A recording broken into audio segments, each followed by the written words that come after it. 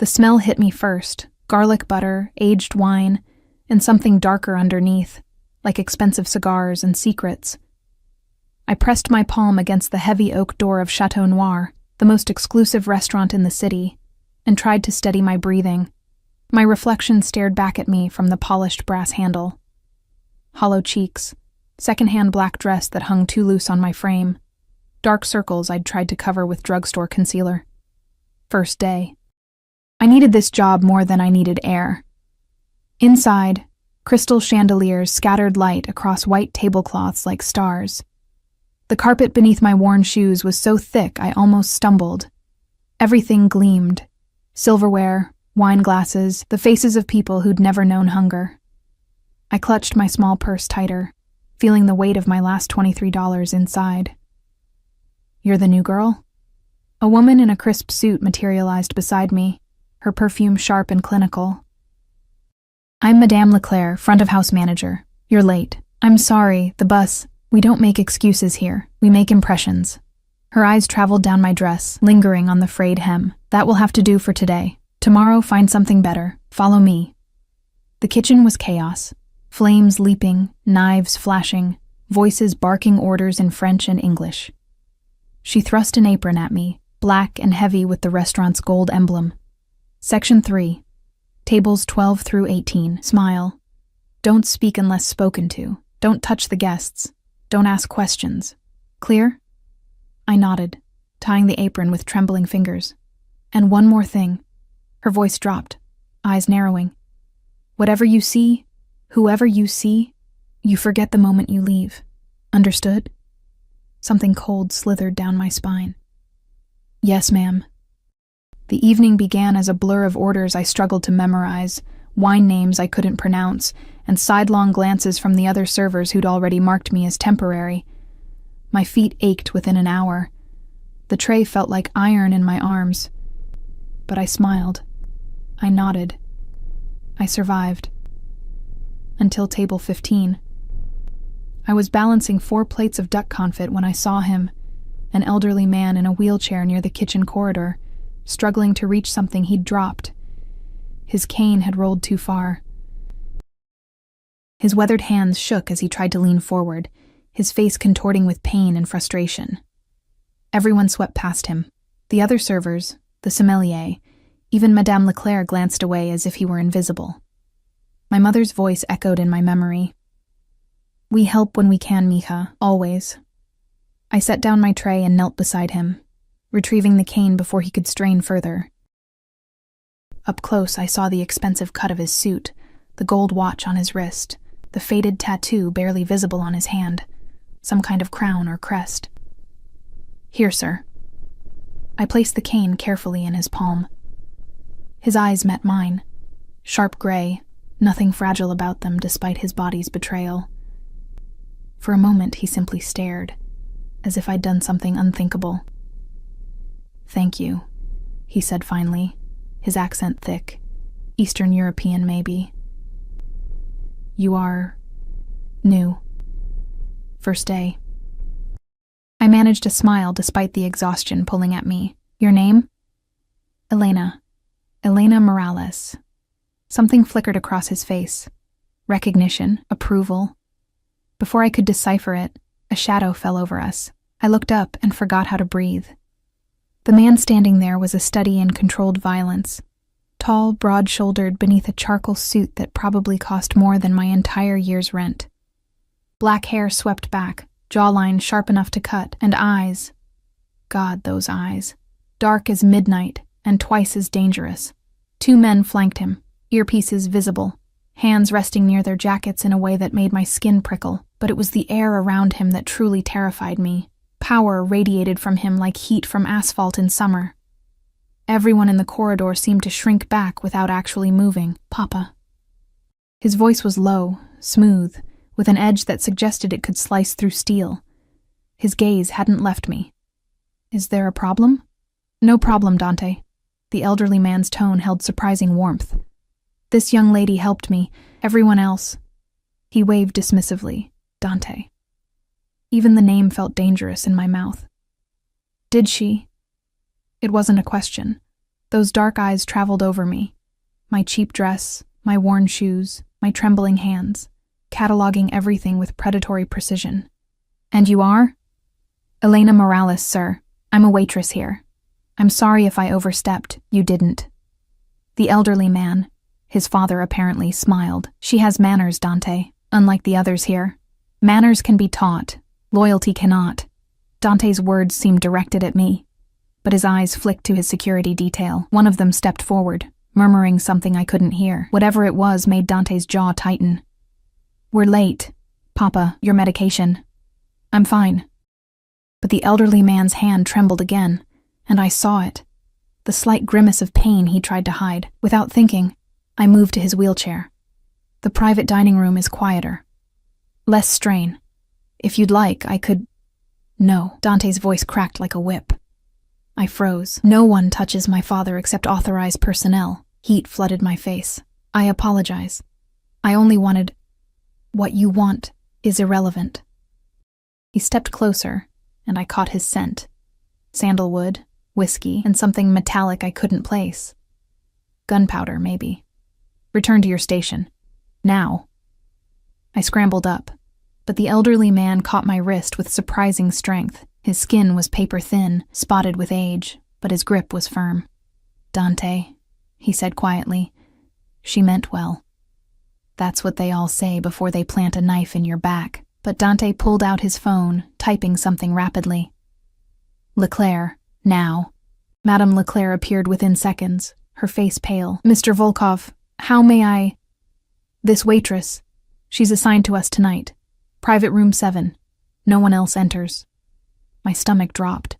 Private room 7 was whispered about among the staff, the room where dangerous people conducted dangerous business, where girls sometimes emerged with envelopes full of cash and hollow eyes. Of course, Mr. Volkov. Elena, you'll... No, the word burst from my lips before I could stop it. 3 sets of eyes turned to me. I mean, I'm new. I don't know the protocols. Surely someone more experienced. I didn't ask for your opinion. Dante's voice dropped to something darker, something that made my knees weak. You involved yourself with my father. Now you'll finish what you started. Dante, his father said again, firmer this time. You're frightening the girl. Good. Fear keeps people honest, but even as he said it, his expression shifted slightly. A flash of something that might have been curiosity or assessment. He stepped back, creating space between us that somehow felt more dangerous than his proximity. Private room 7, 30 minutes. Do not speak of what you see or hear. Do not make eye contact with my associates. Do not serve anyone until my father has been served first. Do you understand? I nodded, not trusting my voice. Words, Elena. Hearing my name in his mouth felt like a brand. Yes, I understand. Good. He turned to his security. Victor, background check, full workup. I want to know everything by the time dinner ends. Then to his father. Let's go. They moved past me, Dante's shoulder brushing mine for just a second. But that second was enough to feel the coiled violence in him, the barely leashed danger.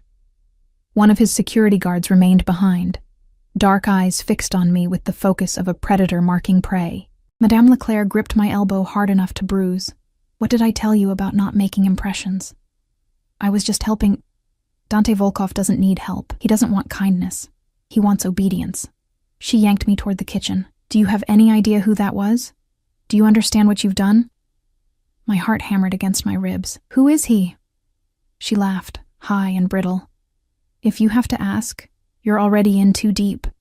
Get yourself together. They want you in 30 minutes. Don't be late. Don't be stupid. And for the love of God, don't look him in the eye unless he tells you to. She released me and disappeared into the dining room, leaving me swaying beside a prep station. One of the line cooks glanced over, pity clear on his weathered face. Volkov family, he muttered in a thick accent. Russian bratva. You help old man, yes? Yes. He dropped his cane. The cook shook his head slowly. Kind heart, stupid move. Dante Volkov, he owns half this city. Police, judges, politicians, all in pocket. You know what bratva means?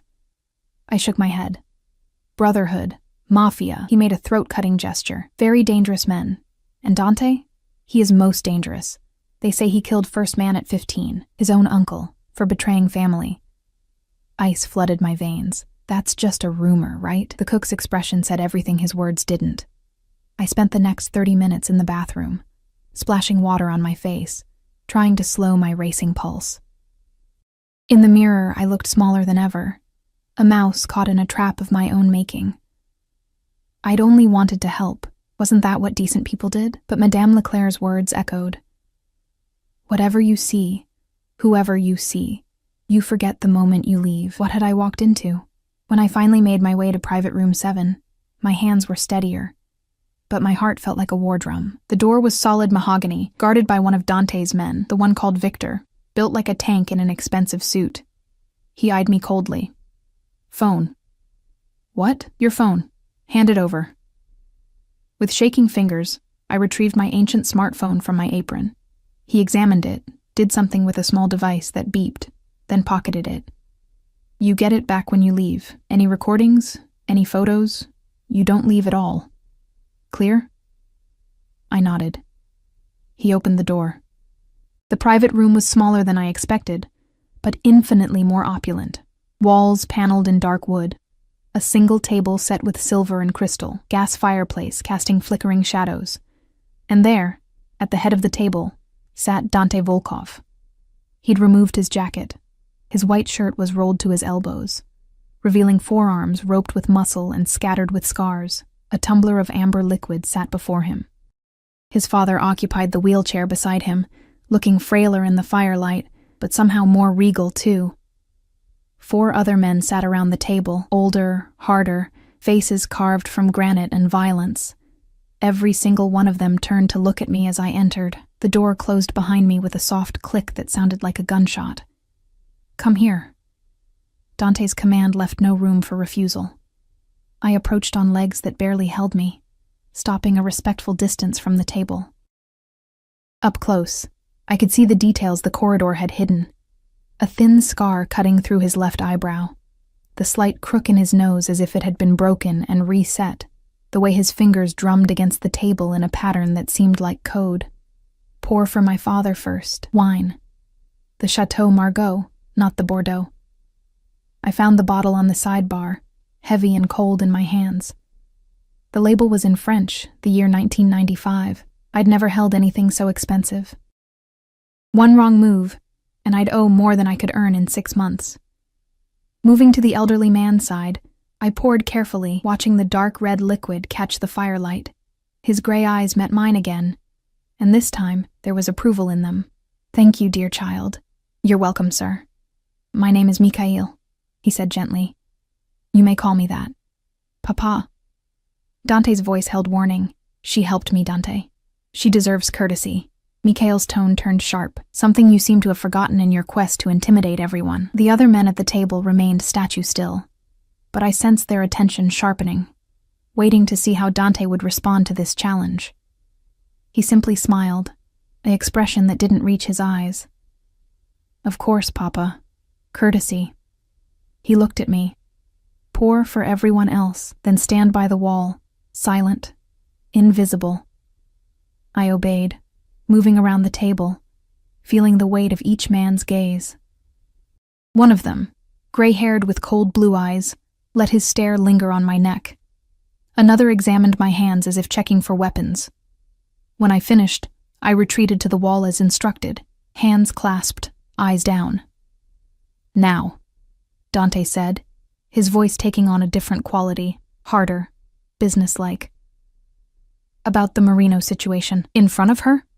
Gray hair interrupted. Dante's smile widened. She's been background checked. Single mother, works 3 jobs, lives in the Narrows. No criminal record, no connections. She's nobody. And even if she weren't. He finally looked directly at me, and I felt the threat in his gaze like a physical touch. She knows what happens to people who talk. Don't you, Elena? My throat was dust. Yes, sir. Good girl. The words should have been patronizing. Instead, they sent an unwanted shiver down my spine. They began talking about territories, shipments, payments owed. I tried not to listen, focusing on the pattern in the wallpaper, the crackling fire, Anything but the details of criminal enterprise unfolding before me, but I couldn't unhear everything. Names, dates, locations. It accumulated in my mind like poison. Then Mikhail's hand trembled again, his wine glass slipping. I moved without thinking, catching it before it could fall, steadying his arm with my other hand. The room went silent. Dante rose slowly from his chair, and the temperature seemed to drop 10 degrees. I said, he breathed, "Do not touch my father." "I'm sorry, He was going to drop... Victor." The door opened. The massive guard appeared. "Take her to my office. I'll deal with her after dinner." Terror exploded in my chest. "Please, I was only trying to help." "That's your problem, Elena." Dante moved around the table with predatory grace. "You keep trying to help. You keep inserting yourself where you don't belong.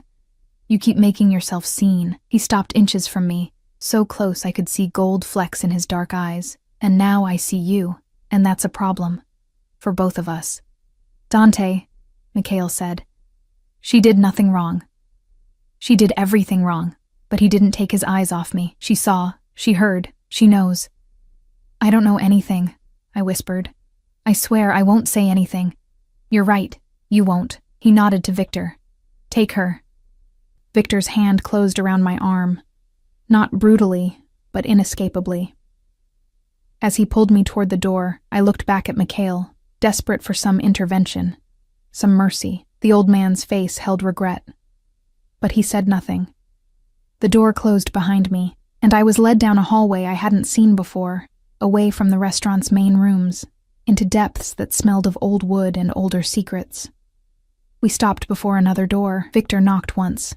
"Enter," came a female voice. Inside was an office, leather furniture, bookshelves, a massive desk, and behind it sat a woman in her 50s, elegant and sharp-eyed, examining me like I was a specimen under glass. "Is this her?" "Yes, ma'am." The woman rose, circling me slowly. "The one who helped Mikhail?" "Yes, ma'am." She lifted my chin, forcing me to meet her gaze. Her eyes were the same dark shade as Dante's. "What's your name, child?" "Elena." "Elena Morales. And you're aware of who you helped? What you've witnessed?" Tears pricked my eyes. "I didn't mean to cause trouble. I saw someone who needed help, and I helped. That's all." "That's all," she repeated softly. Then, "Victor, leave us." He hesitated. "Ma'am," Dante said, "I know what my son said. Leave us." Victor left, closing the door with a soft click. The woman returned to her desk, gesturing for me to sit. I did, perching on the edge of the chair, ready to bolt. "I'm Katerina Volkov," she said. "Dante's mother. Mikhail's daughter-in-law." She poured 2 glasses of water, sliding one across to me. "Drink. You look like you're about to faint." I sipped gratefully, the cool liquid soothing my parched throat. "My son thinks you're a liability," Katerina continued. "A loose end. In our world, loose ends are eliminated." The water turned to ash in my mouth. "But I see something different." She leaned forward. "I see a young woman with good instincts, kind heart, and terrible timing. Tell me, Elena, do you have family?" "A daughter," I whispered. "Sophia, she's 4. "And her father?" "Gone. He left when I was pregnant." Katerina's expression softened infinitesimally. "Then you understand what it means to protect what's yours, to do whatever necessary for survival." I nodded, not trusting my voice. "Good. Because I'm going to offer you a choice." She pulled a folder from her drawer, laying it inside open. Were photos of me. At my apartment, at my other jobs, even one of me picking up Sophia from daycare. "We know everything about you, Elena. Where you live, where you work, who you love. We know your daughter goes to Little Sprouts daycare on Maple Street. We know you're 3 months behind on rent. We know you eat once a day so Sophia can eat 3 times. Horror crawled up my spine. How? That's what we do. We know people. We control people. We protect our own and destroy our enemies." She closed the folder. "The question is, which are you going to be?" "I don't understand. Dante wants you gone, a liability removed, but I think you could be useful. My father-in-law is dying, Elena. Cancer, aggressive and terminal. He has perhaps 6 months. In that time, he'll need care, companionship. Someone who sees him as a man, not a weapon or a weakness. You want me to, what? Take care of him? I want you to give him dignity in his final months. And in exchange, I'll protect you. I'll protect Sophia. I'll make sure Dante doesn't see you as a threat. It was a trap. It had to be. But what choice did I have? And if I refuse, Katerina's smile was sad, then I can't guarantee what my son will do. He's protective. Paranoid. He sees enemies everywhere. And you, sweet girl, put your hands on his father. Twice. The weight of it crushed down on me. I thought of Sophia's laugh, her tiny hands in mine, the way she said mama when I tucked her in at night. If I do this, I said slowly, you'll keep us safe? Both of us? You have my word. And your son? Will he hurt me? Not if you do exactly as you're told. Not if you prove trustworthy. Not if you become family. The last word hung in the air like a promise and a threat. I took a shuddering breath. Okay, I'll do it. Katerina smiled. Genuinely this time. Smart girl. Victor will take you home tonight. Tomorrow you'll receive instructions. Your life as you knew it is over. Welcome to the Volkov family, Elena. As I left the office, escorted back through the labyrinth of hallways, I caught a glimpse through a window, Dante, standing in the private dining room, drink in hand, staring into the fire. He turned, as if sensing my gaze, and our eyes met through the glass. In that moment, I understood with crushing clarity. I hadn't saved anyone tonight. I'd stepped into a cage, and Dante Volkov held the only key. The black SUV idled outside my apartment building like a predator waiting in shadows. Victor stood beside it, arms crossed, scanning the street with eyes that missed nothing. At 3 a.m, the Narrows was a symphony of urban decay, sirens wailing in the distance, a couple arguing in Spanish 2 floors up, the rattle of the freight train that passed every hour like clockwork. I'd never felt more exposed climbing those stairs to my 4th floor walk-up, knowing he watched every step. Inside, Mrs. Chen from next door was asleep on my sagging couch, her small frame curled under the blanket I'd left. Sophia lay in our shared bed, thumb in mouth, dark curls splayed across the pillow. She looked so small, so perfect, so utterly breakable. I paid Mrs. Chen with the last of my cash, thanked her in whispers, and locked the door behind her. Then I stood in the center of my tiny apartment, peeling paint, water-stained ceiling, secondhand furniture that groaned with age, and tried to process what had happened.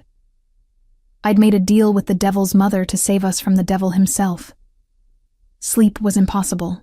I sat by the window, watching the SUV until dawn painted the sky gray, then pink, then the dirty yellow of city morning. Only when Sophia stirred did I move, plastering on a smile that felt like broken glass. Mama! She launched herself at me, all warmth and trust. You smell different. I did. Like expensive wine and dangerous men and decisions that couldn't be unmade. New job, baby. Mama's working at a fancy restaurant now. With the pretty glasses? Like Cinderella? If only she knew how accurate that comparison was. Something like that. I got her ready for daycare, braiding her hair with shaking hands, packing the lunch I'd prepared the night before my world tilted off its axis. As we descended the stairs, I noticed him immediately, not Victor. Someone else. Younger, leaner, with a tattoo creeping up his neck and eyes that tracked our movement with professional detachment. He stood across the street, pretending to smoke, but I recognized a guard when I saw one now. They were already watching us. At Little Sprouts Daycare, I held Sophia tighter than usual. Ms. Patricia, the director, noticed. Everything okay, Elena? No. Nothing would ever be okay again. Fine. Just tired. I kissed Sophia's forehead, breathing in her baby shampoo scent, memorizing the feel of her arms around my neck. When I finally let go, she skipped toward the play area without looking back. So trusting. So innocent. Keep her that way. I prayed to whoever might be listening, please. My phone buzzed as I left. Unknown number. Car will collect you at noon. Wear something presentable. KV, Katerina Volkov. My new keeper. I had 3 hours. I spent them at the thrift store on Morrison Street, using the credit card I'd sworn never to touch except in emergencies. A simple black dress, not unlike the one I'd worn last night, but better fitted. Shoes that didn't have scuffs. A cardigan that looked almost professional. In the changing room mirror, I barely recognized myself. I looked older, haunted. I looked like someone who'd made a deal she'd regret forever. At noon exactly, a different SUV arrived, sleek, black, windows tinted dark enough to hide anything. The driver was a woman this time, blonde and ice-cold beautiful, who didn't speak as I climbed into the back seat. We drove through the city, leaving the Narrows behind, climbing toward the hills where the air itself seemed cleaner, where houses became estates and gates became fortresses. The SUV turned onto a private road lined with ancient oaks, their branches forming a tunnel that blocked out the sun. The Volkov estate emerged like something from another world. 3 stories of stone and glass, surrounded by manicured gardens that probably employed a dozen people. Fountains, sculptures, security cameras on every corner, and men in suits patrolling the perimeter with dogs that looked more wolf than pet. This was where Mikhail Volkov lived, where Dante Volkov ruled. My stomach twisted into knots. The driver led me through a side entrance, down marble hallways hung with art I recognized from textbooks. Originals, not prints. Russian landscapes, Orthodox icons. One painting of a woman who had Dante's eyes and Mikhail's sharp cheekbones, wearing jewels that could feed my neighborhood for a year. We stopped before a set of double doors. The driver knocked once. "Come," Mikhail's voice called. Inside, the room was half library, half medical ward. Bookshelves lined one wall, crammed with volumes in multiple languages. But the other side held a hospital bed, IV stands, monitoring equipment that beeped softly. The smell of antiseptic fought with the aroma of old leather and tea. Mikhail sat in his wheelchair by the window, a blanket over his legs despite the room's warmth. Morning light painted him in shades of gray. His skin, his hair, even his eyes seemed faded, as if death was already bleaching him from the world. But when he saw me, those eyes sharpened. "Elena, you came. Did I have a choice?" A smile ghosted across his lips. "Always honest? That's good. I'm tired of people who lie." He gestured to the chair beside him. "Sit. We should talk." I sat, hands folded in my lap, trying to ignore the IV line running into his arm, the way his breath rattled slightly when he exhaled. "My daughter-in-law told you about my condition?" "Yes, sir. I'm sorry." "Don't be. I've lived longer than most men in my profession. I've seen things, done things." He trailed off, gaze distant. "I have no illusions about where I'm going when this ends, but I'd like to go with some grace, some humanity, not surrounded by nurses who see only a dying body, or family who see only a weakening empire." "What do you see when you look at me?" I had to know. A young woman who helped a stranger when everyone else looked away, a mother who would do anything for her child. His hand, trembling, reached for the teacup on the side table. I moved to help, but he shook his head. "Let me struggle. It's the struggling that reminds me I'm still alive." I watched him grip the cup, watched the liquid shake, watched him bring it to his lips with painful slowness. Pride and determination etched into every line of his weathered face. "I had a daughter once," he said finally. "Irina. She would be about your age now, would be. She died when she was 7, leukemia." The words were stones dropping into still water.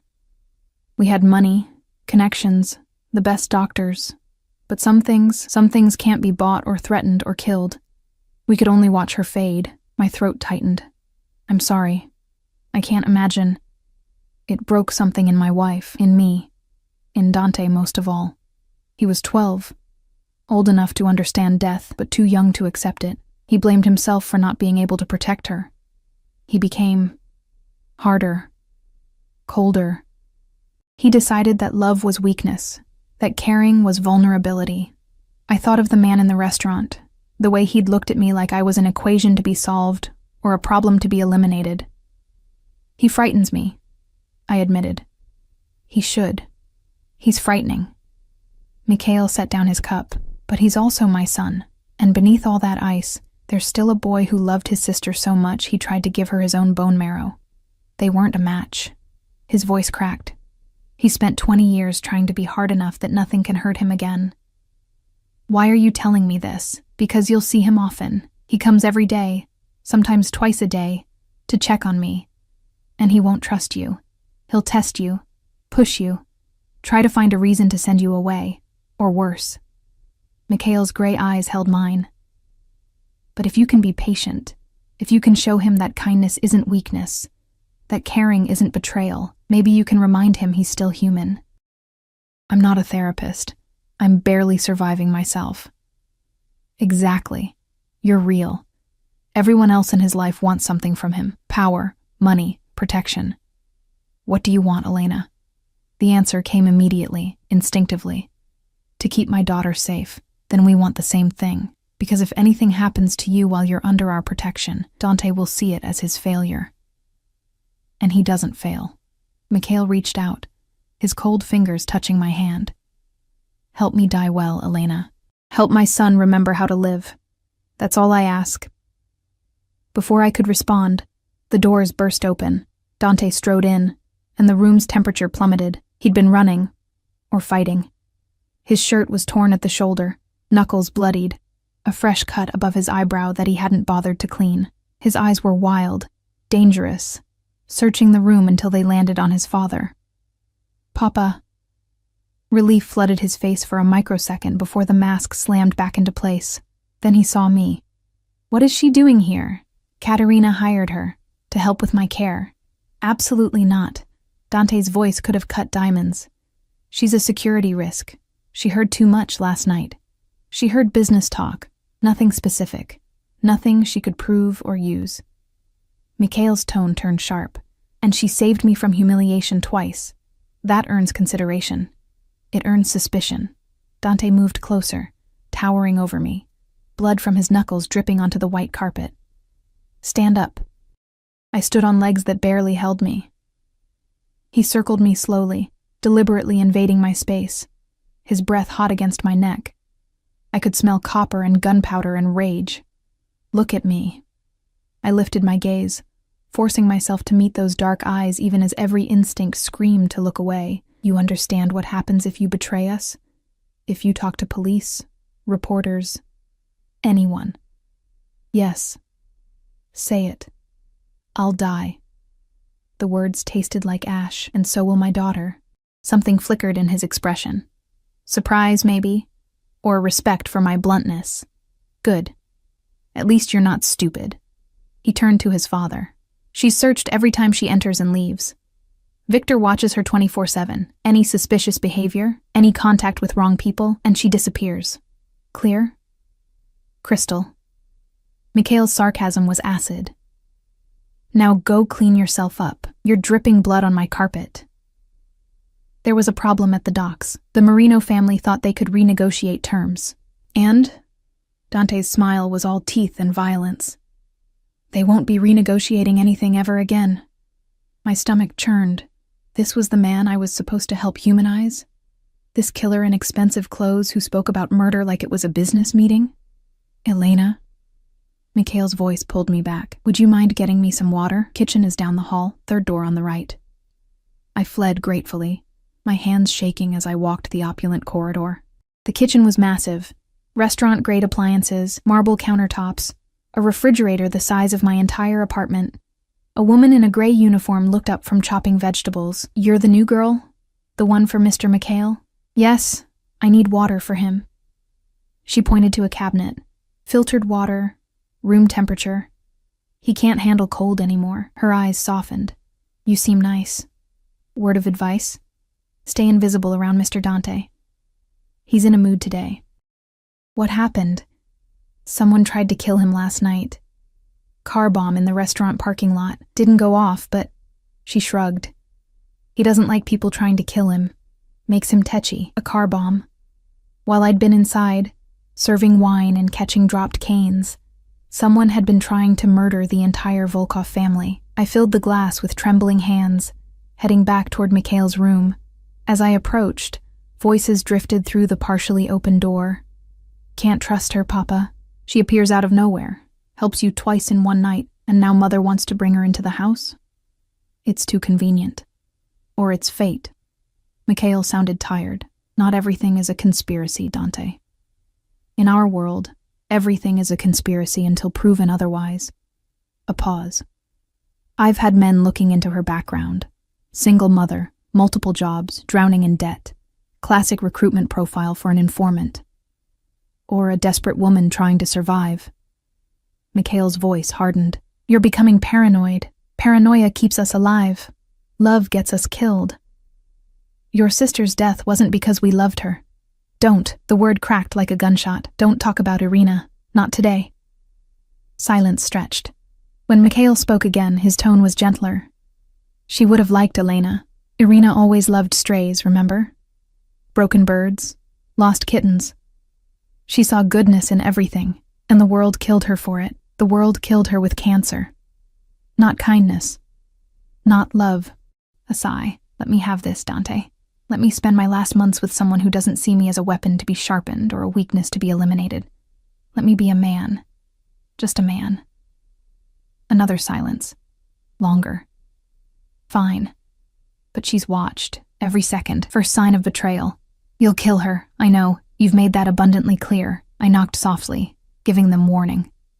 When I entered, Dante stood by the window, back rigid, hands clenched at his sides.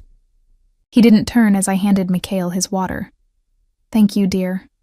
Mikhail drank, then gestured to a stack of books on the table. Do you read, Elena? When I have time, which isn't often. What do you like? Anything. Everything. Stories that take me somewhere else. Escape literature. I understand. He tapped the top book. 100 Years of Solitude. Read to me? My eyes tire quickly these days. I settled into the chair, opened the book, and began. My voice felt strange in the quiet room, reading about generations and magic and love that lasted beyond death. Mikhail closed his eyes, a small smile on his lips. Dante remained at the window, a dark silhouette against the light. But I felt his attention on me like a physical weight, analyzing every word, every inflection, searching for the threat he was convinced I posed. An hour passed. Then 2. My voice grew hoarse, but I kept reading, lost in the rhythm of it, the strange comfort of beautiful words in a dangerous place. When I finally looked up, Mikhail had dozed off, his breathing deep and even. The monitors beeped their steady rhythm, proof of life continuing despite everything. He likes you. I startled. Dante had moved silently, now standing just behind my chair. Up close, I could see the exhaustion etched into his face, the dark circles under his eyes, the way his jaw clenched and unclenched. I'm just reading to him. You're giving him peace. That's more than most people can do. He moved around the chair, leaning against the wall, arms crossed. Tell me about your daughter. The question caught me off guard. Why? Because I need to understand what motivates you. What you'd kill for. What you'd die for. Sophia. Her name is Sophia. She's 4. She likes butterflies and singing and drawing pictures that don't look like anything, but she insists are unicorns. My voice softened despite myself. She's everything good I've ever done.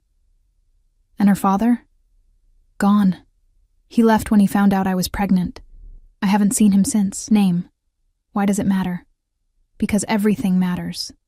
His eyes bored into mine. In my world, there are no coincidences, no accidents. Every connection is a potential threat or asset.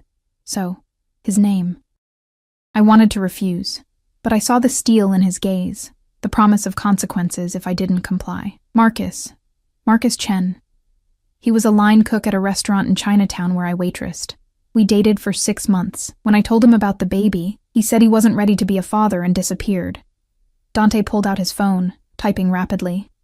Victor, I need a full workup on Marcus Chen, former line cook, Chinatown area, approximately 5 years ago. I want to know where he is, what he's doing, and everyone he's connected to. Horror flooded through me. No. Please. He's not involved. I'll decide what's involved. He pocketed the phone. If he's clean, he has nothing to fear. If he's not, he shrugged. Then you should thank me for finding out before it bit you. You can't just investigate everyone in my life. I can do whatever I want. He stepped closer, and I pressed back in my chair. That's what power means, Elena. The ability to reshape reality to match your will. The ability to protect what's yours and destroy what threatens it. His hand shot out, gripping my chin. Not brutally, but firmly enough that I couldn't look away. And right now, I haven't decided which category you fall into. My heart hammered. I'm not a threat. Prove it. How? His thumb brushed across my lower lip and I froze. The gesture was intimate and terrifying in equal measure. His eyes tracked the movement with dark intensity. By being exactly what you appear to be. A desperate woman trying to survive. Nothing more, nothing less. He released me abruptly. Fail that test, and I'll erase you from existence. Your daughter will grow up never knowing what happened to her mother. Do you understand? Yes. Good. He moved toward the door, then paused. You'll start tomorrow, 8 a.m. Victor will collect you. Bring nothing except yourself. We'll provide everything you need. What about Sophia? She'll be watched, protected, as long as you cooperate. His smile was a blade. Katerina has arranged for upgrades to your daughter's daycare security. Better locks, cameras, guards disguised as maintenance workers. Consider it a benefit of employment. Or a reminder that you can reach her anytime. Smart girl. He opened the door. You're learning. Then he was gone, leaving me alone with Mikhail's sleeping form and the crushing weight of choices I never wanted to make. I looked at the old man, his face peaceful in sleep, and wondered if I was meant to save him, or if he was meant to save me, or if we'd both simply drown together. The routine established itself with frightening speed. Every morning, Victor's SUV appeared outside my building at 7:30. Every morning, I kissed Sophia goodbye and climbed into that black vehicle, leaving one world behind and entering another. The Volkov estate became my second prison. Beautiful, suffocating, and impossible to escape. Mikhail was easy. Too easy. He joked while I helped him with physical therapy, told stories of his youth in Moscow while I prepared his medications, and listened with genuine interest when I talked about Sophia's latest adventures at daycare. He treated me like a granddaughter, not an employee, not a liability. It was Dante who made every day feel like walking on broken glass. He appeared without warning, during breakfast, during Mikhail's afternoon rest, during the quiet evening hours when I read aloud. He'd stand in doorways or sit in corners, silent and watchful. His presence a constant reminder that I was being evaluated, judged, measured against some impossible standard. Sometimes he'd interrupt with questions that felt like interrogations. What did my father eat today? Oatmeal, chicken broth, applesauce. He couldn't keep down the sandwich. Did he take his pain medication? Yes. At 2 p.m., he fought it. But I convinced him. How? I told him Sophia draws pictures for brave people, and only brave people take their medicine. A pause. Then, manipulative. Effective. His eyes would narrow, searching for the trap, the angle, the threat. But he'd find nothing, because there was nothing. I was exactly what I appeared to be. A woman trying to survive, to protect her daughter, to give a dying man some comfort. 2 weeks passed, then 3. The autumn air turned sharp, and leaves carpeted the estate grounds in gold and crimson. Mikhail grew weaker, sleeping more, eating less, his body betraying him in increments. And Dante grew more present. He started joining us for lunch, sitting across the table, eating in silence while I fed his father soup or cut his food into manageable pieces. He watched every interaction with hawk-like intensity, as if waiting for me to slip, to reveal myself as the spy or assassin or whatever he'd convinced himself I must be. But he also started talking. Small things at first. Comments about the weather. Questions about what I was reading to Mikhail.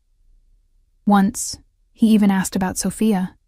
She's good with colors, you said. I looked up from adjusting Mikhail's pillows, surprised. Yes. She sees patterns everywhere. Says the sky isn't just blue. It's blue and purple and silver all mixed together. Artist's eye. Maybe. Or maybe she just sees more than the rest of us. Something shifted in his expression. Brief, almost vulnerable. My sister was like that. She'd spend hours drawing the same flower from different angles, trying to capture something she said she could feel but not see. It was the first time he'd mentioned Irina without being prompted. Mikhail, pretending to sleep, smiled slightly. "Do you still have her drawings?" I asked softly. "Every single one. In my office. In frames."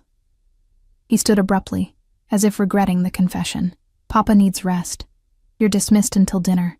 I learned to recognize his moods by subtle signs. The set of his shoulders when violence simmered beneath his skin, the way his jaw clenched when business went wrong. The slight softening around his eyes when he looked at his father and thought no one noticed. He was a man at war with himself, and I was caught in the crossfire. One afternoon, everything changed. I was in the library, searching for a new book to read to Mikhail, when I heard raised voices down the hall. Dante's voice, sharp with fury. Another man, defensive and desperate. "Told you to wait for my signal. There wasn't time. The Kozlov Bratva was moving on the shipment. So you started a war without authorization?" A crash. Glass breaking. "You killed 3 of their men in broad daylight. They were stealing from us. They were testing us." Another crash. Closer. "Now Alexei Kozlov will demand blood for blood, and I'll have to give him yours to prevent a full-scale war." Silence. Heavy. Suffocating. "Please, Dante. I have a family. Should have thought of that before you acted like a fucking amateur." Footsteps. "Victor. Take him to the South Warehouse. I'll deal with him after I talk to Papa." The door to the library burst open. Dante strode in. Stopped when he saw me. His face a mask of barely controlled rage. Blood spattered his white shirt. Not his own, I didn't think. "Out." I moved toward the door, but he blocked my path. "Wait." He ran a hand through his hair, and I saw it trembling slightly. "My father. How is he today?" "Weak. The new medication is hard on him." "Is he in pain?" "Some, but he won't admit it. You know how he is." Dante's laugh was bitter. "Stubborn old man." He moved to the window, staring out at the gardens. "He's dying. Actually dying. And there's nothing I can do about it." The vulnerability in his voice startled me. This was the man who'd just ordered someone taken to a warehouse, a death sentence by any measure, now sounding lost and young and afraid. "You can be with him," I said quietly. "That's something. Is it? Or am I just watching him fade while the empire he built crumbles because I can't hold it together without him?" He turned, and for the first time, I saw past the armor. Everyone thinks I'm strong, ruthless, unbreakable. But I'm terrified, Elena. Every single day I'm terrified I'll fail him, that I'll lose control, that everything we've built will collapse the moment he takes his last breath. I should have stayed silent, should have remembered my place. Instead, I spoke the truth. "Then maybe you need to stop trying to be strong enough for everyone and just be his son, while you still can." Dante stared at me, something raw and dangerous swirling in his eyes. He crossed the distance between us in 3 strides, and suddenly I was backed against the bookshelf, his hands braced on either side of my head, caging me in. "You don't know anything about my life, about the choices I've had to make, the things I've done. You're right. I don't." My voice shook, but I held his gaze. "But I know what it's like to be so scared of losing someone that you forget to actually be with them. I know what it's like to build walls so high that no one can hurt you, but no one can reach you either." His breath came faster, closer. I could see flecks of gold in his dark eyes, smell whiskey and danger, and something else I couldn't name. "You think you understand me? I think you want someone to." The words hung between us, electric and terrifying. For a moment, one infinite, impossible moment, I thought he might kiss me, or kill me. The line between seemed razor thin. Then Mikhail's voice drifted from down the hall, calling for water. Dante jerked back as if burned. "Go. Tend to my father." I fled, my heart racing, my skin tingling where his breath had touched it. Behind me, I heard something shatter against the wall. A book or a bottle, violence seeking release. That night, I couldn't sleep. I lay in bed, replaying the scene, trying to understand what had happened. Dante was dangerous, criminal. He'd threatened my daughter. Yet for that one moment, I'd seen something human beneath the monster. Something broken that recognized the broken parts of me. My phone buzzed. Unknown number. Can't sleep either. D. I stared at the message, fingers hovering over the keyboard. Every instinct screamed to ignore it, to maintain distance, to remember who he was and what he could do. Instead, I typed, "Your father asked about Irina today. He said you used to read to her." 3 dots appeared, disappeared, appeared again, every night, until the hospital. Then I read to an empty room. What was her favorite story? The Little Prince. She said she was the rose, and I was the pilot who'd never leave her. But you did. She died. That's the ultimate abandonment. I closed my eyes, imagining a 12-year-old Dante sitting vigil beside a sister who wouldn't wake up, building walls brick by brick around his heart until nothing could reach him. You didn't abandon her. You loved her. There's a difference. No response. I thought maybe I'd overstepped, crossed some invisible line. Then, my office. Tomorrow, 10 a.m. Come alone. I shouldn't have gone. Every survival instinct I possessed screamed it was a trap, a test, something that would end with me in a shallow grave. But I went anyway. Dante's office was on the top floor of the East Wing, a room I'd been forbidden to enter. Victor stopped me at the door, searched me thoroughly despite my protests, then knocked once. Enter. The office was masculine, powerful, and surprisingly personal. Dark wood, leather furniture, floor-to-ceiling windows overlooking the estate.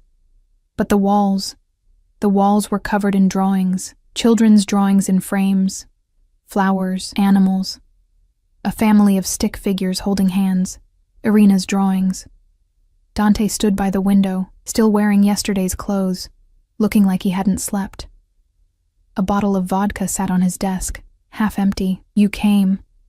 You commanded. I obeyed. Isn't that how this works? A slight smile. Sit. I chose the chair furthest from him, hyper-aware of the closed door, the isolation, the fact that no one would hear me scream if... I'm not going to hurt you. He poured 2 glasses of vodka, sliding one across the desk. Drink.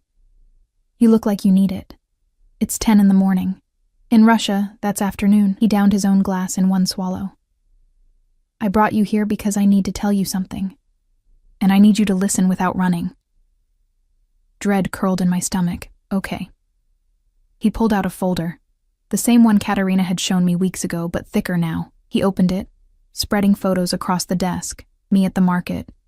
Me picking up Sophia. Me talking to Mrs. Chen, and then others. Marcus Chen, older now, standing outside a restaurant. Marcus Chen talking to men I didn't recognize. Marcus Chen accepting an envelope. Your daughter's father isn't just a deadbeat. Dante's voice was flat, clinical. He's an informant, FBI, has been for 3 years. The world tilted. What? The restaurant where he works is a front for the Kozlov Bratva. He fed them information about my family's operations, probably before you even met. The timing of your relationship, your pregnancy, it wasn't coincidence. No, that's not. He left me. He wanted nothing to do with us, because his handlers told him to distance himself. Dante's eyes held pity I didn't want. Elena, you were a mark. A way to get close to service industry workers in our territories. When you got pregnant, you became a liability to his cover. So he disappeared. I couldn't breathe. The room spun. Everything I'd believed about Marcus, about our relationship, about Sophia's origins. Lies. All lies. But here's where it gets interesting. Dante pulled out another photo. Marcus Chen shaking hands with a man whose face I recognized from news reports. 2 weeks ago, he made contact with someone asking questions about you, about where you work now, about your schedule. My blood turned to ice. He knows I'm here. Someone knows. And they want access. Dante leaned forward. Elena, you're not just a caretaker anymore. You're bait. And Sophia... He stopped, jaw clenching. Sophia might not be his daughter by accident. She might be leverage, insurance. The implication hit me like a fist. You think he'll use her to get to you? I think someone will try. Rage exploded through my terror. Then find him, kill him, do whatever you people do. I can't. The admission seemed to cost him, not without proof he's working against us, not without knowing who else is involved. If I move too soon, I tip our hand. His eyes burned into mine. But I can protect you. Both of you. If you trust me. Trust you? You threaten to kill me every other day. And yet you're still alive. He stood, circling the desk. I could have disappeared you that first night. Could have made you vanish the moment my mother proposed this arrangement, but I didn't. Do you know why? I shook my head, mute. Because my father likes you. Because you make his last days bearable. Because... He stopped inches from me, and I felt that same electric charge from yesterday. Because you're the first real thing in my world in years. Everyone else wants something. You just want to survive. And that I understand. His hand cupped my face, thumb tracing my cheekbone. The gesture should have terrified me. Instead, warmth bloomed where he touched. Let me protect you, he whispered. Let me keep Sophia safe. Let me... He stopped, struggling with something. Let me prove I'm not the monster you think I am. Why do you care what I think? I don't know. The confession seemed ripped from him. But I do. The decision to move us into the estate wasn't presented as a choice. That afternoon, while I sat in Mikhail's room reading, Katerina appeared with 2 security personnel and a matter-of-fact expression that brooked no argument. Pack what matters from your apartment. Everything else will be replaced. You and Sophia move in tonight. My hands trembled on the book. That's not necessary. It's completely necessary. She sat across from me, her tone businesslike but not unkind. Marcus Chen was spotted in your neighborhood yesterday, watching your building. We can't protect you adequately from a distance. The fear I'd been suppressing since Dante's revelation crashed over me. Sophia. I need to get Sophia. Already handled. Victor collected her from daycare 20 minutes ago. She's in the kitchen with our cook, Maria, decorating cookies. Katerina's smile was thin. Welcome to the family, Elena, officially this time. Within hours, my entire life was dismantled and reconstructed within the Volkov fortress. Sophia was enchanted. The estate was a fairy tale to her. All gardens and fountains, and a room decorated in butterflies that appeared as if by magic. She didn't understand we were prisoners in a gilded cage. She only saw the beauty. I saw the cameras, the guards, the locks that kept us safe, or kept us trapped. That first night in the estate, I tucked Sophia into her new bed, her eyes drooping with exhaustion from the excitement. Mama, is this our house now? For a little while, baby. I like it here. Mr. Mikhail is nice. He let me sit in his wheelchair. She yawned. And the scary man smiled at me. My heart stopped. What scary man? The one with the dark eyes. He came to the kitchen while I was making cookies. I thought he'd be mean, but he asked what I was drawing. She pulled out a crumpled paper from under her pillow, a child's drawing of stick figures. I drew our family. That's you. That's me. And I made him smile in the picture because he looked sad. I stared at the drawing. Sophia had added a tall figure beside our 2 forms, standing protectively between us, and scribbled dark shapes that might have been monsters or threats. She'd drawn Dante into our family. Baby, that man, he's not... But she was already asleep, her small hand clutching the drawing like a talisman. I found Dante in his office an hour later, the door open for once. He sat behind his desk, staring at something in his hand. When I entered, he didn't hide it.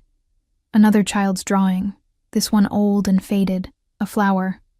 Irina's signature in the corner. She gave this to me the day before she died. He said without looking up. Said it was a sunshine flower because it would bloom even in darkness. His laugh was hollow. She was wrong. Everything died with her. Not everything. I held out Sophia's drawing. She made this for you. He took it slowly, his expression unreadable as he studied the stick figures. When his eyes lifted to mine, something raw swam in their depths. She's 4 years old and she can see I'm a monster. But she drew me smiling anyway. Children see truth differently than adults. They see potential, not just reality. What do you see when you look at me, Elena? He stood, moving around the desk. Monster? Protector? Killer? All of it. None of it. I held my ground as he approached. I see someone trying so hard to be strong that he's forgotten how to be anything else. Maybe that's all I am now. I don't believe that. You should. But he didn't move away. I've killed 17 men with my own hands. I've ordered the deaths of dozens more. I've broken bones, burned buildings, destroyed lives without hesitation. He was close enough now that I could see the scar tissue on his knuckles, the faded marks on his neck. Your daughter drew me smiling, but I don't remember how. Without thinking, I reached up and touched his face, just my fingertips against his jaw, feeling the tension there, the clench of muscles holding back too much for too long. Then maybe it's time to remember. His hand caught my wrist, but not to push me away. His grip was firm, possessive, his thumb finding my pulse point and pressing there as if counting each beat. You're playing a dangerous game. I'm not playing anything. I'm trying to survive. We both are. Survival. He pulled me closer, eliminating the space between us. Is that what this is? I don't know what this is. Neither do I. But it's going to destroy us both. Then his mouth was on mine, not gentle, not asking permission, claiming and consuming with desperate intensity. I should have pushed him away, should have remembered who he was, what he represented, the threat he posed to everything I loved. Instead, I kissed him back. It was fire and fury and 5 weeks of tension exploding into something neither of us could control. His hands tangled in my hair, mine gripped his shirt, and for one infinite moment, we weren't captor and captive, criminal and victim. We were just two broken people seeking something neither could name. When he finally pulled back, we were both breathing hard. His forehead pressed against mine, his eyes closed. This can't happen. I know. You're supposed to be safe from me. I know. But I can't. His voice cracked. I can't let you go. The confession hung between us, terrifying and true. Somewhere in the past 5 weeks, between the threats and the protection, the fear and the understanding, something had shifted, changed, become something dangerous. A knock shattered the moment. Victor's voice. Boss, we have a situation. Dante's mask slammed back into place instantly. He stepped back, adjusting his shirt, his face once again the controlled violence I'd first encountered. Report. Victor entered, glanced at me once, then focused on Dante. Chen made contact. He wants to meet. Says he has information about Sophia's paternity that you'll want to hear. My blood froze. What does that mean? Dante's expression went arctic. It means he's making his move. Victor set up the meeting. Neutral territory. Full security detail. Then to me, you're staying here. With Sophia. Under guard. If this is about my daughter, it's about leverage. It's about him trying to use Sophia to get what he wants, and I won't let that happen. He moved to a cabinet, pulled out a handgun, checked the magazine with practiced efficiency. Whatever he says, whatever claims he makes, Sophia is under my protection now. Do you understand? She's my daughter, and I'm the man keeping her alive. His eyes burned. Trust me, Elena. For once, just trust me. He left with Victor, leaving me alone in his office surrounded by Irina's drawings and the ghost of a kiss that changed everything. I returned to Sophia's room and watched her sleep, my mind racing. What information could Marcus possibly have? What was he planning? And why now, after 5 years of silence? The hours crawled past. Midnight came and went. I dozed in the chair beside Sophia's bed, jerking awake at every sound, every shadow. At 3 a.m., footsteps in the hall. The door opened. Dante stood there, blood on his shirt, fresh this time. His face a mask of barely contained rage. Is she... I started. Safe. You're both safe. He moved to the bed, looking down at Sophia with an expression that made my heart ache. But there's something you need to know. We went to his office. He poured 2 drinks, downed his, then faced me. Marcus Chen isn't FBI. He's Kozlov Bratva. Deep cover. Has been for 6 years. The revelation should have shocked me. Instead, pieces clicked into place. The pregnancy was deliberate. The Kozlovs needed leverage against someone in our organization. When they discovered you worked in restaurants we frequented, you became a target. Get you pregnant, establish paternity, then use the child as blackmail when the time was right. Nausea rolled through me, but he left. He never tried to contact us. Because the target died before they could implement their plan, so you became irrelevant. Until now. Dante's jaw clenched. until you became relevant to me. The weight of it crushed down. Sophia was never his daughter. This was always a con. DNA test confirms it. He's not her biological father. He just positioned himself to claim paternity if needed. Relief and horror warred within me. Then who does it matter? Dante's voice softened. She's yours. That's all that matters. But Elena... He hesitated. Chen made threats tonight about Sophia, about what the Kozlov family would do if I didn't back off certain territories. What did you do? His silence was answer enough. Dante, what did you do? What I had to. His eyes met mine, unflinching. He'll never threaten her again. Neither will anyone connected to him. I should have been horrified, should have seen only the monster. Instead, I saw a man who'd killed to protect my daughter without hesitation. Thank you, I whispered. Don't thank me. I did it as much for me as for you. Because somewhere in the last 5 weeks, you and Sophia stopped being liabilities and became... He stopped, struggling. I don't have a word for what you are. Neither do I. We stood in the space between what was and what could never be. The weight of impossible choices pressing down. My father is dying, Dante said finally. When he's gone, things will change. There will be challenges to my authority. Moves against the family. Blood in the streets. I need to know... His hand cupped my face again, that gesture becoming familiar, becoming something I craved. I need to know if you'll stay, if you'll let me protect you, if you'll... be yours? The words escaped before I could stop them. Yes. Raw. Honest. Terrifying. Be mine. Both of you. Not as prisoners. Not as liabilities. As family. It was insane. Impossible. Everything I'd been taught to fear and avoid. This man was a killer. A criminal. Someone who should have repulsed me.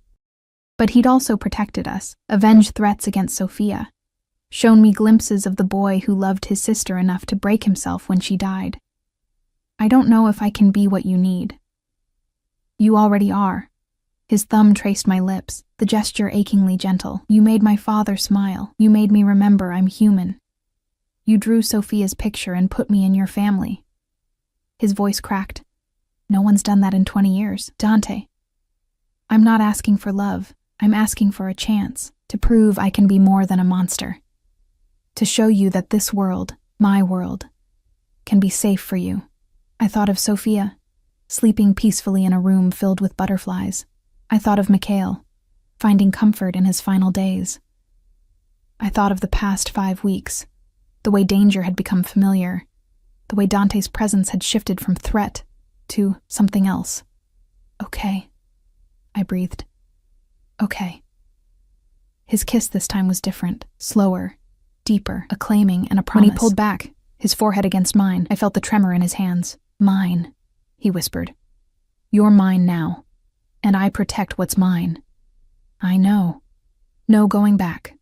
I know. Outside, dawn began breaking over the estate. A new day. A new life.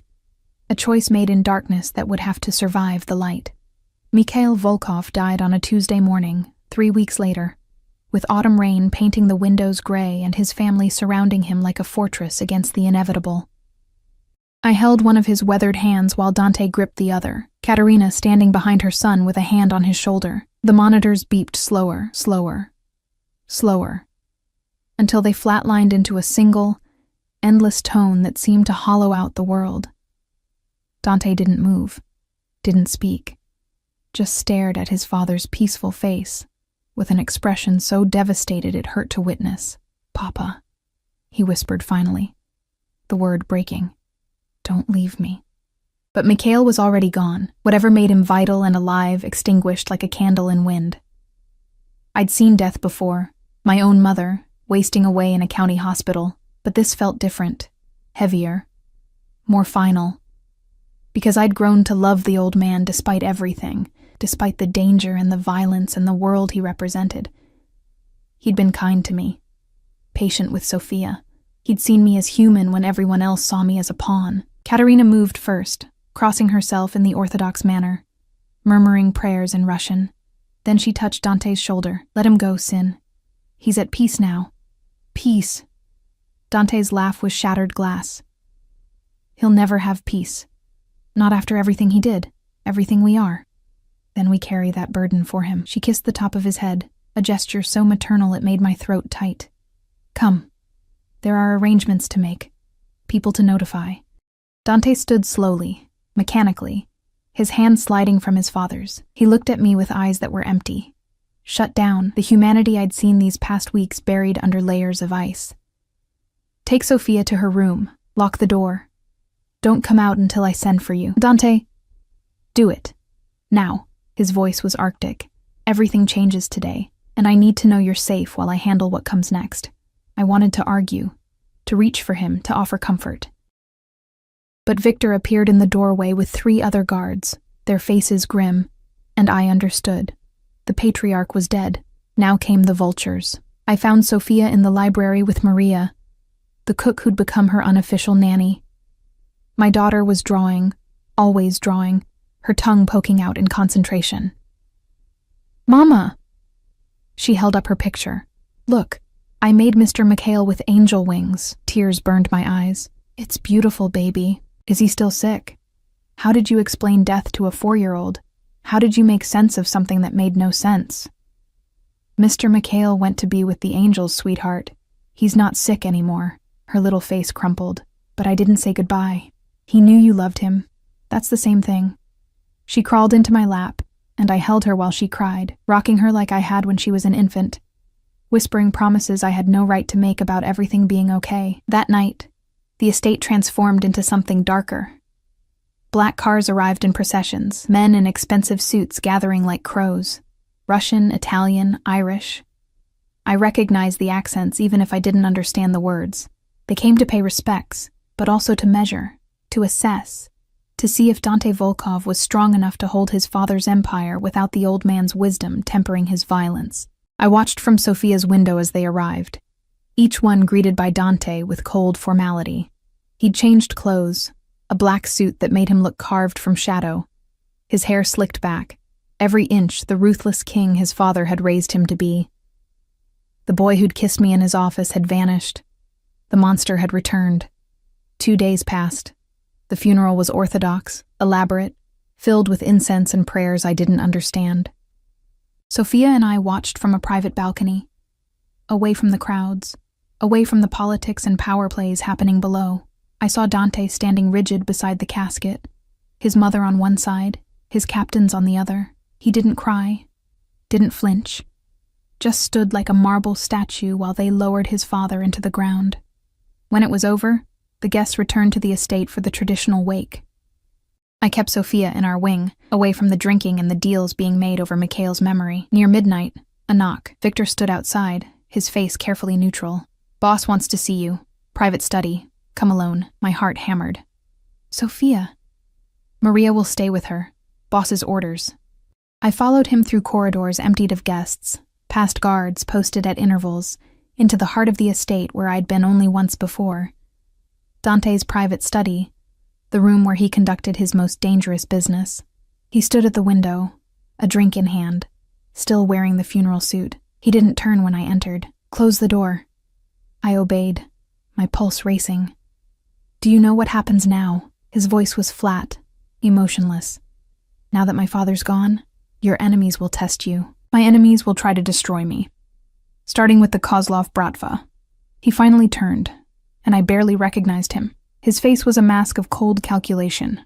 All the warmth I'd glimpsed these past weeks buried so deep it might never resurface. Alexei Kozlov made his move tonight. Offered me a deal. Surrender half our territory, or he'll wage war that will leave this city drowning in blood. Horror crawled up my spine. What did you tell him? I told him to go to hell. A bitter smile. Which means war. Which means Sophia and you are in more danger than ever. Then we'll leave. We'll disappear. You think you can hide from the Bratva? From men who've been hunting for decades? He crossed to me, gripping my shoulders.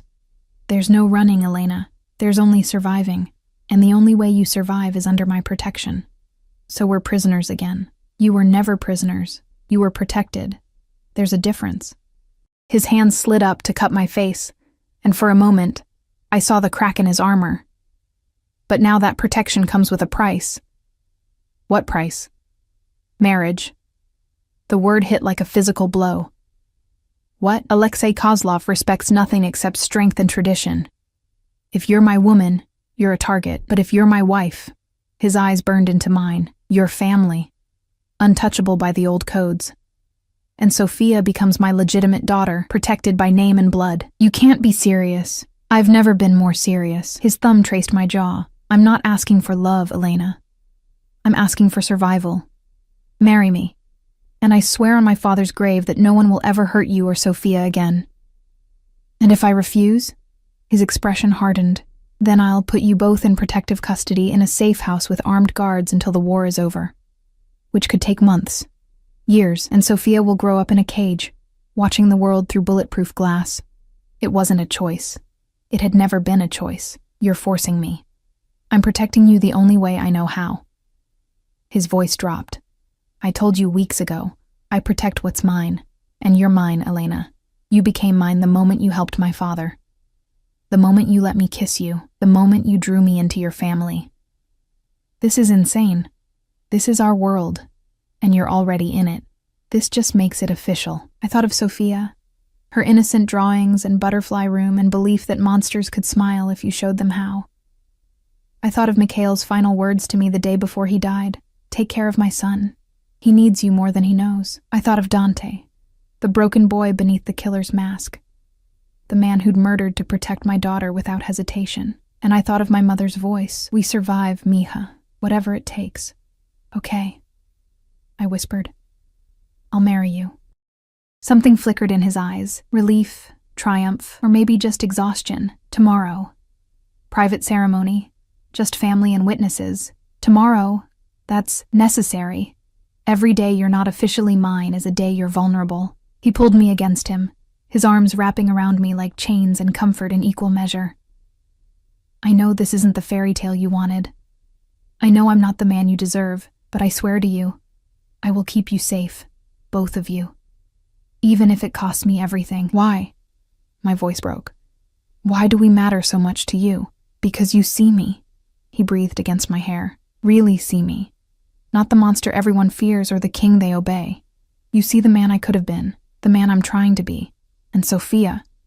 His voice cracked. Sophia drew me smiling. Like I was someone worth loving. No one's looked at me like that since Irina died. I pulled back to look at him, seeing the truth written in every harsh line of his face. This man who'd killed and threatened and destroyed. He was also terrified. Terrified of losing what little humanity he had left. Terrified of failing another person he cared about. I can't promise to love you, I said honestly. Not yet. Maybe not ever. I'm not asking for love. I'm asking for a chance. His forehead pressed against mine. Give me a chance to be more than what I am. Okay, a chance. He kissed me then. Not with desperate passion, but with something deeper, darker, more permanent. A claiming, a vow. A promise sealed in blood and necessity. When he pulled back, his eyes had hardened again. Victor will guard your rooms tonight. Tomorrow wear white. Katerina has a dress prepared. After the ceremony, we'll announce the marriage to the families. Some will object. Most will accept. Anyone who doesn't, his smile was all teeth, will learn why you don't challenge a Volkov. That night, I lay awake in my bed, soon to be our bed, staring at the ceiling, trying to process the surreal reality. Tomorrow I would marry a man I feared and was beginning to understand. A man who killed without remorse, but protected with absolute devotion. A man who was teaching me that monsters could choose to be human if someone believed in them enough. Sophia stirred in her bed across the room. Mama? Yes, baby? Are we going to stay here forever? Forever. Such a big word for such a small person. Would you like that? I think so. It's safe here. And Mr. Dante? He's not scary anymore. He's just sad. Like you were when Abuela died, out of the mouths of children. Go to sleep, sweetheart. Tomorrow is a big day. What kind of day? A new beginning. The wedding happened at dawn in the estate's private chapel, with Katerina and Victor as witnesses and a priest who'd been on the Volkov payroll for decades. I wore a simple white dress that fit perfectly, my hair loose around my shoulders, no veil to hide behind. Dante wore black, as always, his face unreadable as I walked down the short aisle alone. No father to give me away, no guests to celebrate, just the two of us, making vows that were equal parts truth and necessity. Do you, Elena Morales, take this man? I do. Do you, Dante Volkov, take this woman? I do. His voice was steel and silk. The rings, platinum bands engraved with Russian words I didn't understand, slid onto our fingers like shackles or salvation, depending on how you looked at it. You may kiss your bride. Dante's kiss was possessive, claiming, a public declaration that I belonged to him now. When he pulled back, his eyes held dark promise. Mine, he murmured against my lips. Forever mine. Forever, I echoed, sealing my fate. The announcement went out within the hour. By noon, the entire underworld knew Dante Volkov had taken a wife. The Kozlov Bratva's response came at sunset. A severed rose delivered to the gate with a note in Russian. Katerina translated, her face grim. Enjoy your wedding night. It may be your last. Dante read it without expression, then handed it to Victor. Double the guards. No one enters without full clearance. And send a message to Alexei. Tell him if he wants war, I'll bring it to his doorstep. That night, our wedding night, Dante came to my room. Our room now. Sophia was asleep in the adjacent nursery that had been prepared, guards posted outside. He stood in the doorway, still dressed, looking at me like I was something precious and terrifying. I don't expect, he started. I know. This doesn't have to be. I know that too. Silence stretched.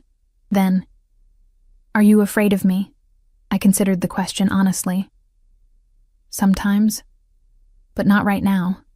He crossed to me slowly, carefully, giving me time to retreat if I wanted. When he reached me, his hands were gentle on my face. I've done terrible things, Elena. I'll do more terrible things to keep you safe. I need you to accept that. I accept who you are. I married you, didn't I? You married a necessity, maybe at first.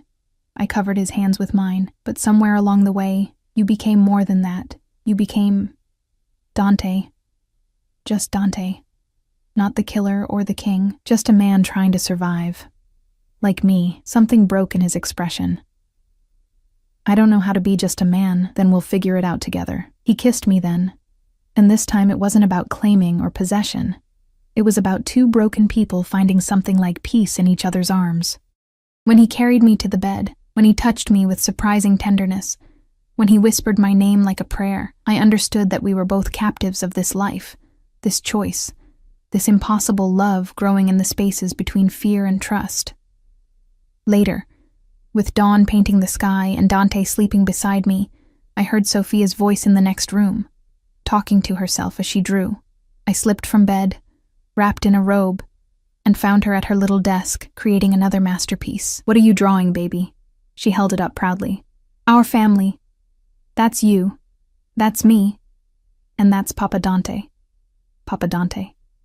She'd claimed him as father without ceremony or legality, with the simple faith of a child who saw goodness where adults saw only danger. I knelt beside her. Is that what you want? For him to be your papa? He protects us. He makes you smile when you think I'm not looking. And he lets me sit on his shoulders when we walk in the garden.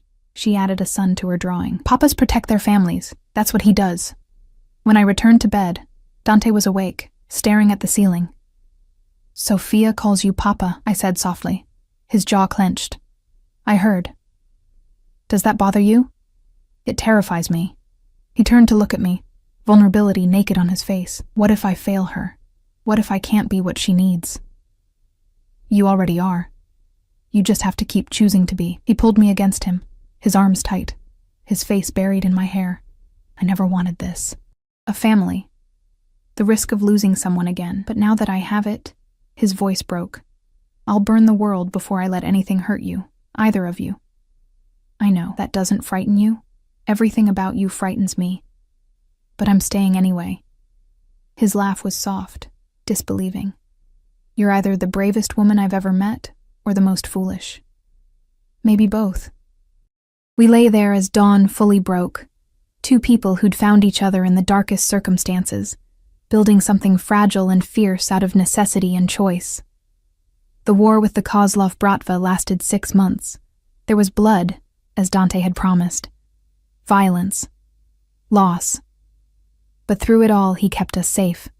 Sophia and I hidden behind walls of steel and loyalty, protected by men who'd die before they let harm reach us. When it finally ended, when Alexei Kozlov was found dead in his mansion, a message written in blood above his body, Dante came home covered in that blood, exhausted and victorious and still so broken. I cleaned him without questions, drew him a bath, held him while he shook with reaction to everything he'd done, everything he'd become. "It's over," I whispered. "You won." Did I? His eyes were haunted. Or did I just become my father? Your father protected his family, so did you. That's not a sin, isn't it? I took his face in my hands, making him look at me. You are a killer. You are ruthless. You are dangerous. But you are also the man who reads Sophia bedtime stories, who makes sure I eat when I forget, who keeps his father's drawings on every wall to remember how to be human. You are all of it, Dante. Light and dark. Monster and man. And I choose all of it. Why? The word was anguished. Why would you choose this? Choose me? Because you chose us. When you could have killed me that first night, you chose protection instead. When you could have sent us away, you chose to keep us close. When you could have stayed a monster, you chose to try being something more. I kissed him softly. You gave Sophia a father. You gave me safety. You gave yourself a family. That's not nothing. He kissed me then with desperation and devotion, pulling me into his lap, his hands tangling in my hair. "I love you." He breathed against my mouth. "God help me, I love you. Both of you." "I know." And I did. I'd known for weeks, seen it in every protective gesture, every soft look at Sophia, every time he fought his nature to be gentle with us. "Say it back, please." It was the please that broke me. This man who commanded armies, who inspired fear with a glance, begging for 3 words. "I love you too, Dante, even though I shouldn't, even though it's insane. I love you." His smile was blinding, transforming his face into something almost beautiful. "Say it again. I love you. Again. I love you, Dante Volkov, my husband, my monster, my man."